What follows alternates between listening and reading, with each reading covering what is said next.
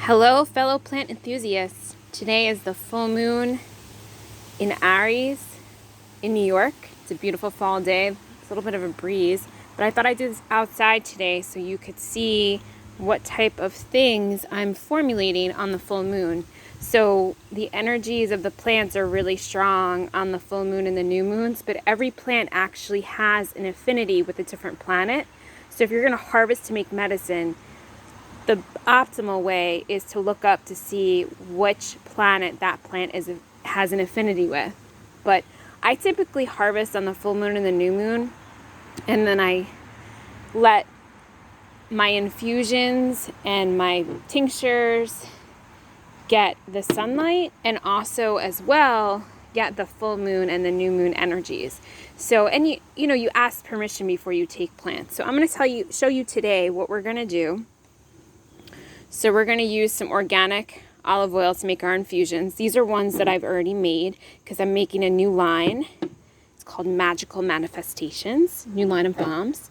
So this is Evening Primrose. This one didn't really take as well as the other infusions. So the best thing you want to do is you want to harvest in the morning, because that's when the concentrated plant energies are in the plant, as well as also you could do it around dusk, but the mosquitoes are still out, so I don't want to do that.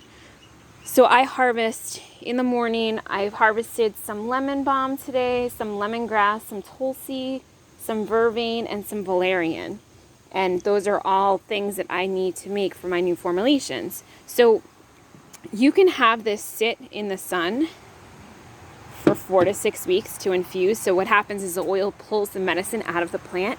And with a tincture, the vodka, the alcohol, the apple cider vinegar, this is actually a saltwater infusion. And I actually have, I don't know if you can see, crystals inside of it. So this is my Banish the Bad Juju. I just made this, it's new, we're leaking a little bit. So that I've been having out in the full moon energies. It's also been in the sunlight to infuse and get all of that good stuff into the salt water. And then once I sift all this stuff out, right, I don't want this in my finished product. I'm going to just want the liquid. So I would siphon it all out and then I would compost it. And then I used to use old kombucha bottles and I label them and I keep them in a dark closet. So you want everything in glass so it doesn't oxidize. So let me get the plants so I could show you how to do this. Okay, so this is how I like to do it. I use mason jars because, one, they have the measurements on them, so I know exactly what it is. And so typically when I make tinctures or infused oils, I make them in a mason jar, so I know when I'm measuring it out, when I'm formulating a new formula, which these are all new, I know exactly how much of the ingredients I'm using. But because I'm not sure how these are going to turn out, I'm not doing that this time. So what I'm going to do is I'm going to cut up. So here's our valerian. So typically valerian, you just use the root, but these are babies, so they're going to be potent throughout the plant.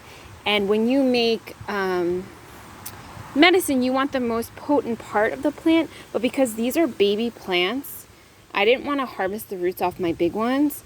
These will be potent throughout. So you want to cut everything into really small pieces. So you need to have clippers, right?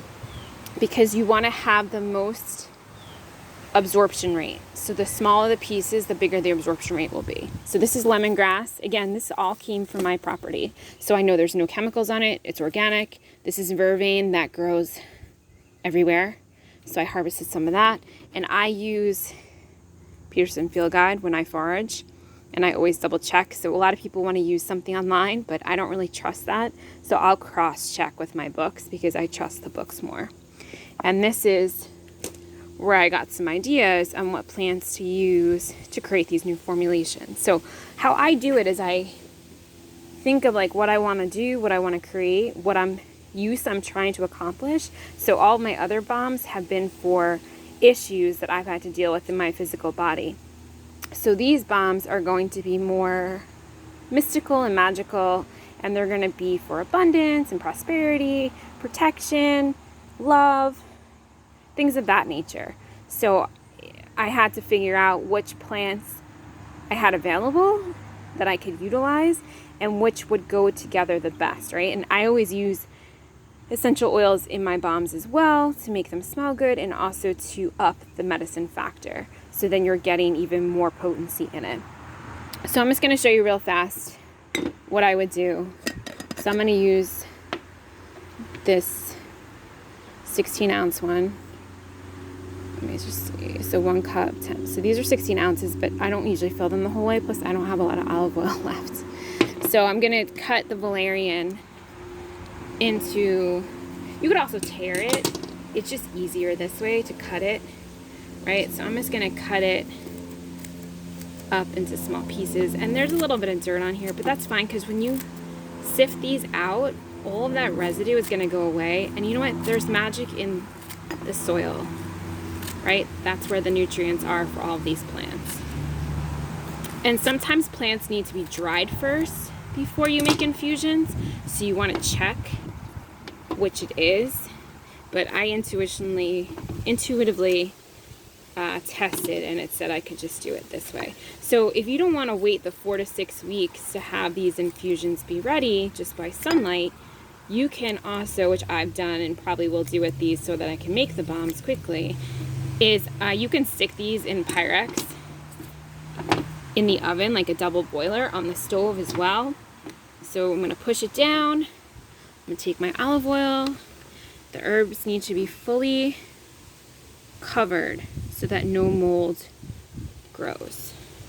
So, you know, I used crystal because I wanted the potency and the power of the crystal in that banish the bad juju. But I could put a rock over this as well.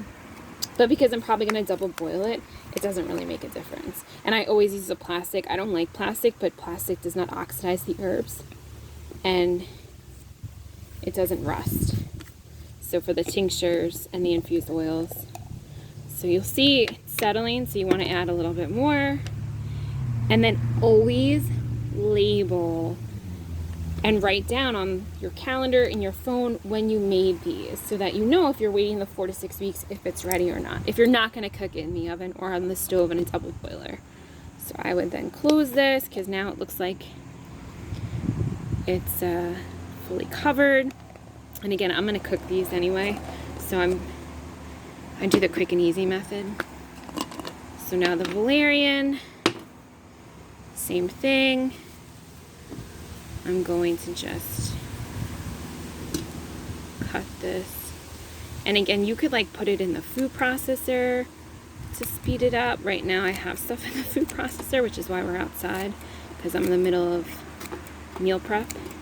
So it's a nice day. It's a little windy, but I figured let's be outside.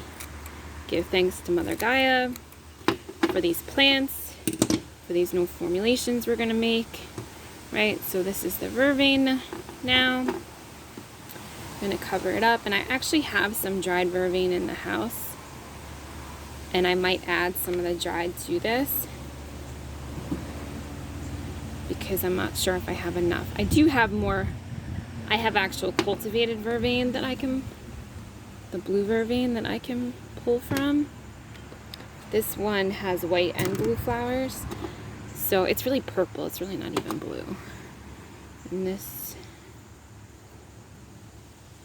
is another piece. So like swirl it around a little bit, make sure everything is covered. That one big leaf is still not covered, so I'm gonna tuck it in. Right, and this is just so you don't get mold, because if there's mold, I throw everything out. And I've learned through doing this for years, like how the best way to do it is. So that's it. Come a few from the Crazy Plant Lady. Hope you guys decide to make some infused oils. Maybe you decide to make some smudge sticks today for the full moon to celebrate, to give gratitude and thanks for all that we have. Talk to you soon. Bye.